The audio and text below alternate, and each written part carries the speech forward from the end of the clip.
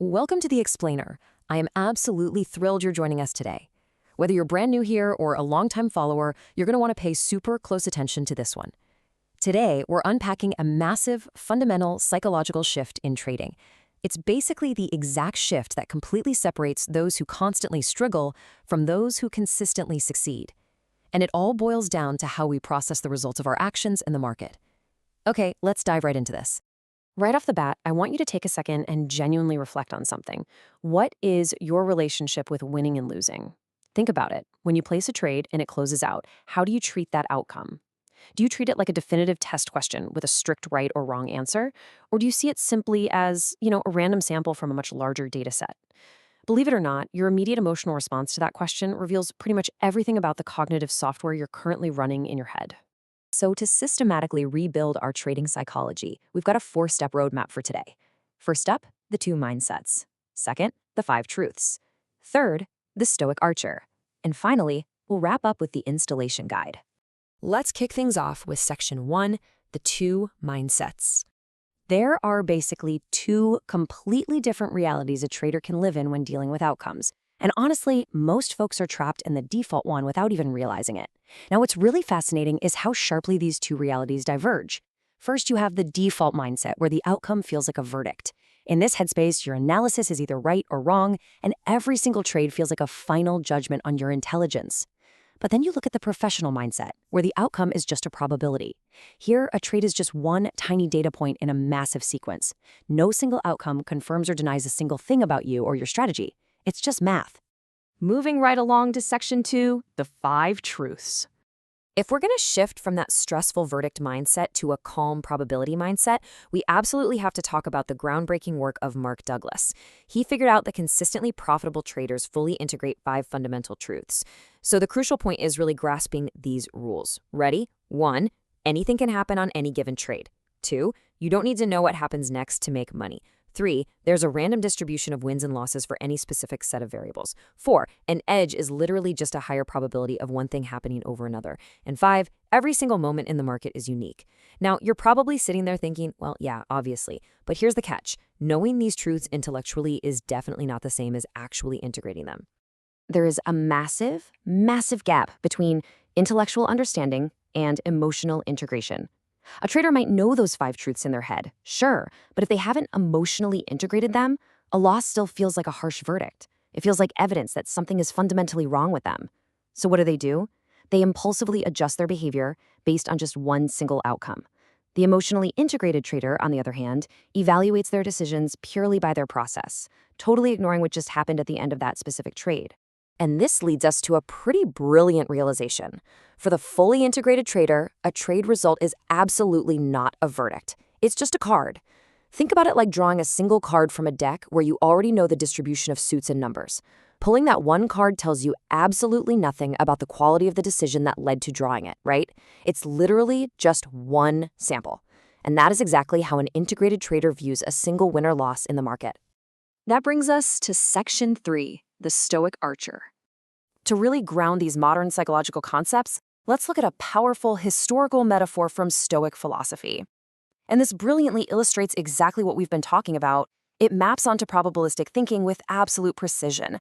The philosopher Cicero described this dynamic perfectly. He said, "The archer's job is to aim and release correctly.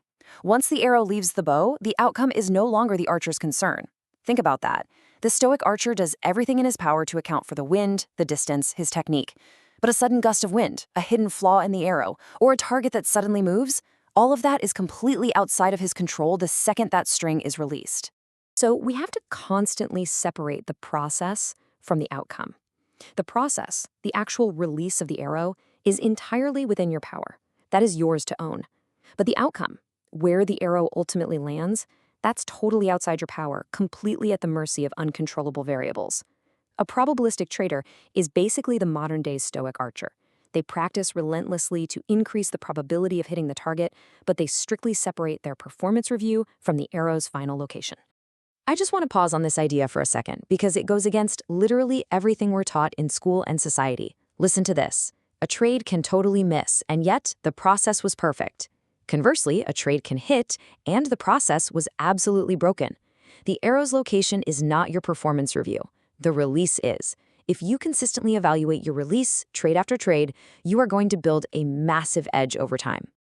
Let's get practical with Section 4, Installation Guide. Okay, so we know the truth and we have our Archer metaphor, but probabilistic thinking isn't just some cool philosophy to ponder. It's a cognitive operating system that requires active installation in your brain. So here is the exact 3-step operational sequence required to rewire your brain's default hardware. Step 1, the series reframe. Step 2, pre-trade probability. And step 3, outcome decoupling. Let's break down exactly how to execute each one of these. Let's move to step 1 and see how this builds our new operating system. The series reframe means you must immediately, and I mean today, stop evaluating individual trades. A single trade result tells you virtually nothing of value. Instead, you've got to start evaluating trades in blocks to find actual statistical significance. You're looking at a distribution now, not individual verdicts. The magic number here is 20. A series of 20 trades actually tells you something real. The practice is to look at your last 20 trades every single week as one solid block. Was the distribution of wins and losses within the expected range for your system? Were the loss sizes what you expected? If yes, great. Your system is operating normally, and individual outcomes within that block are entirely irrelevant. If no, well, then something specific changed and you address it. But crucially, not because one trade lost, but because the entire series deviated from the norm. Step 2 is the pre-trade probability statement. Right before you enter a trade, you write down one sentence stating the historical probability of success for this exact setup. You don't write, hey, this trade is going to win. No, you write a number, a percentage based on your system's cold, hard statistics. Establishing this probability before entry is absolutely critical. It installs that probabilistic frame right at the exact moment of decision, which totally prevents the eventual outcome from reaching back and retroactively messing with your mindset. And the final step is outcome decoupling. After a trade closes, the sequence of what you do next matters immensely. Step 1, you score the process. Was the entry valid? Was the risk correct? Was the management sound? Only after you have scored the process do you move to step 2, which is recording the outcome. By evaluating the process first, your review isn't contaminated by the result. The outcome doesn't get to wield an interpretive power that it simply hasn't earned. All of this brings us to one definitive truth. Understanding changes nothing. Installing changes everything. You can sit here and nod along to this explainer all day, intellectualizing these concepts until you're blue in the face, but until you actually do the sequence, series thinking, probability statements, and outcome decoupling, you simply won't rewire your evaluative system. I highly encourage you to write your first line of code today. Start with just one pre-trade probability statement before your very next entry.